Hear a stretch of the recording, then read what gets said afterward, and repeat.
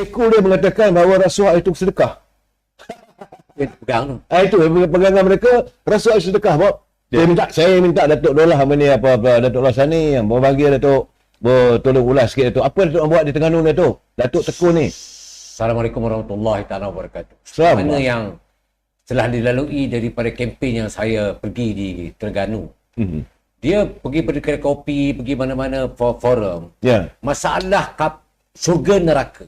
Masalah tentang parti yang hanya mutlak pada mewakili Islam. Ya. Ini yang dimainkan dan difitnahkan keberbagaian.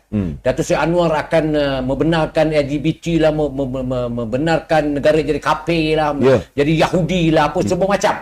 Ini yang dimainkan oleh mereka-mereka yang berkempen di sana. Dan dia bakal sebenarnya. Dan di mana-mana pelusuk, Kolondero saya pergi pun, itulah cerita dia. Neraka syurga, neraka syurga. Dia ingat syurga itu pula bapak dia punya. Itu yang masalah yang berlaku ialah kerana dia telah didoktrinkan atau telah pun dimasukkan otak dia orang ni. Masuk pas saja itu tiket syurga walaupun tak sembahyang. Syurga. Ini masalah dia. Tak puasa, tak bayar zakat, boleh masuk syurga dengan cara menjadi ahli PAS. Menyakau pun boleh masuk syurga. Dia Datuk, kalau kita tengok dakwah yang disebarkan oleh pihak pembangkang, Perikatan Nasional lah terutamanya. Dia mengatakan seolah-olah jika kerajaan perpaduan akan terus memerintah 5 tahun lagi, satu penggal yang penuh, akan berlaku banyak lagi kerosakan. Saya rasa pagi tadi Datuk Seri tak semayang subuh, tak semayang zuhur pagi tadi. Dan saya rasa tengah hari tadi Datuk betul ke bawa Islam ni bawa? Itu sebab saya bila kata pagi tadi saya tak semayang zuhur ni. Itu sebabnya saya cakap tengah hari tadi Datuk tak semayang Jumaat, itu semayang Jumaat esok. Ya.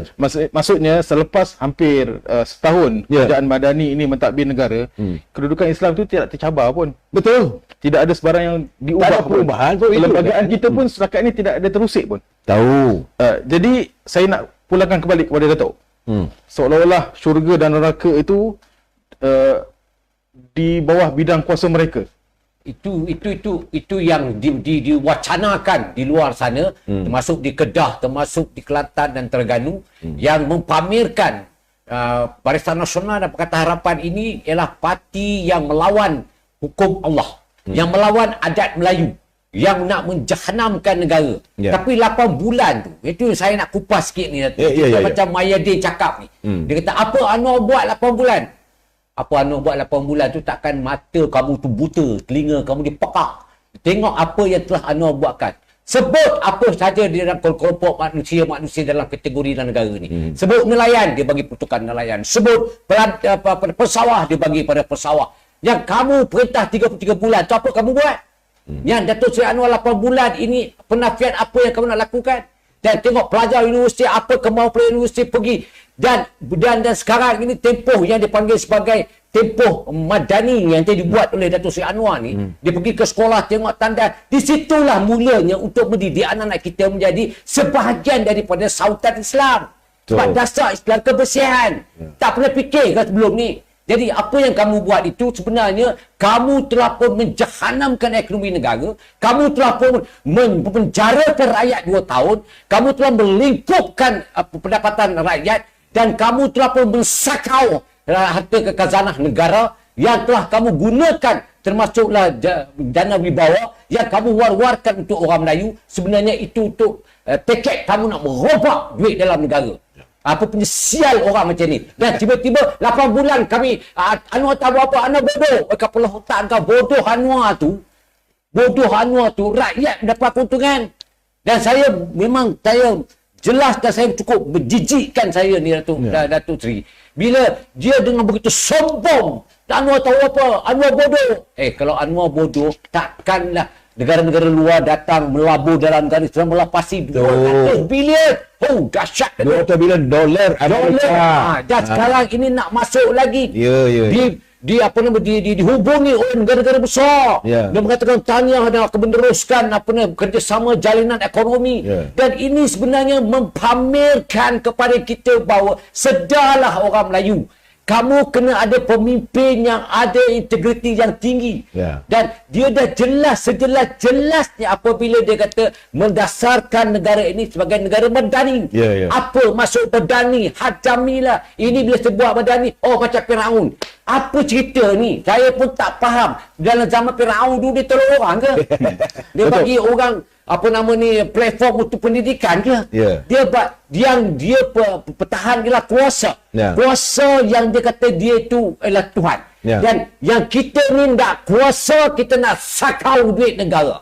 Apa punya, itulah keadaannya. Jadi keadaan ini sebenarnya yang menjurus kepada komitmen Datuk Seri Anwar Ibrahim untuk mewacanakan apa yang dimaksudkan dengan madani itu sebenarnya telah berlengkap di peringkat asas.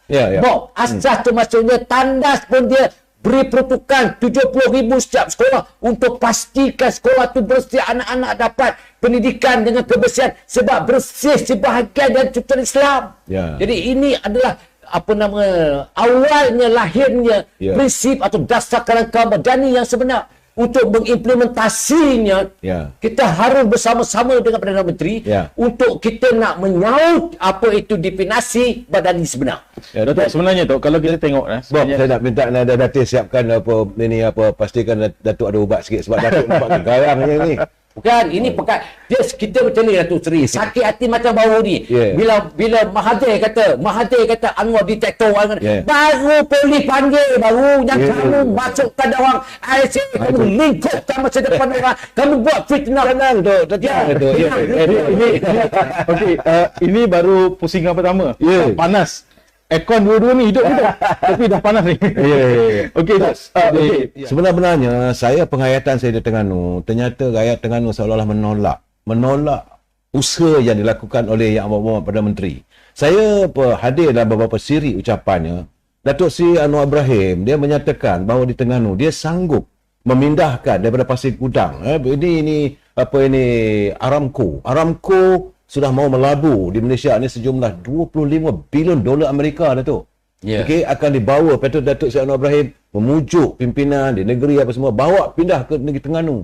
Akhirnya itu tidak di-highlightkan dan saya tak tahu apakah warga Terengganu dengar, faham ataupun tahu bahawa usaha yang sedang dilakukan oleh pimpinan untuk memajukan Terengganu ataupun mereka masih lagi mau terus kekal untuk menjadi jiwa merana Aziz. JM Aziz itu jiwa merana, Apakah mereka mau terus menjadi jiwa merana dan membiarkan penyu terus menangis di Terengganu? Saya melihat terus terang, saya katakan Terengganu memerlukan satu lonjakan, anjakan dari segi ekonomi sebab saya pergi ke seluruh kawasan dan pantainya, nelayannya berada dalam penuh kemiskinan Datuk. Datuk sekarang ni Datuk jadi chairman tekun, Datuk kena fikirkan juga kali ni.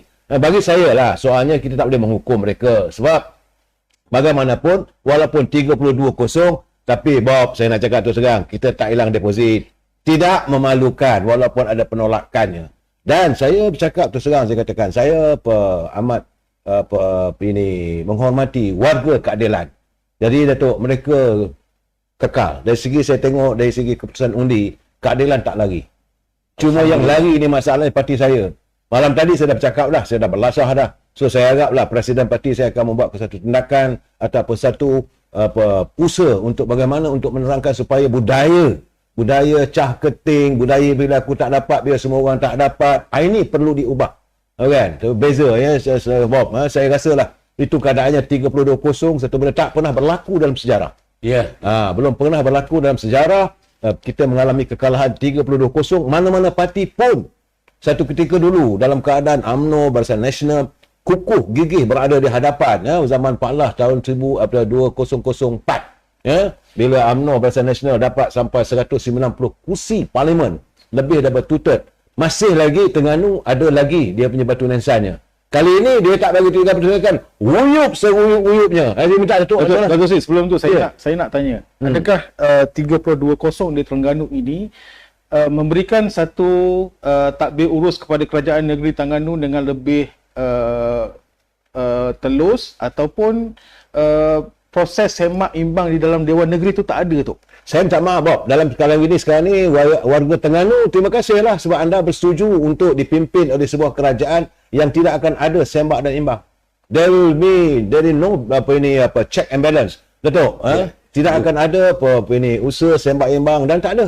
Dan baru beberapa hari lepas kita dengar apa dah berlaku di Besut, sudah pun ada dah terbongkar satu demi satu dan bersedialah untuk penyu, tak tahu mungkinlah menyediakan pantai-pantai untuk penyu mendarat pula tu lah. Ya. Macam Datuk cakap tadi, kita tak boleh biarkan penyu terus menangis. Ya. Tapi kita tengok contohnya sebagai di pilihan raya kecil Kuala Terengganu, Parlimen tu penyandang ketika itu dibatalkan kemenangannya disebabkan kes rasuah. Ya.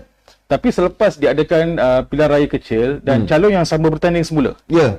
Dan calon itu dapat majoriti yang lagi besar. Betul. Adakah orang Terengganu melihat perbuatan rasuah itu sebagai perbuatan yang biasa yang boleh diterima dalam kehidupan? Mungkin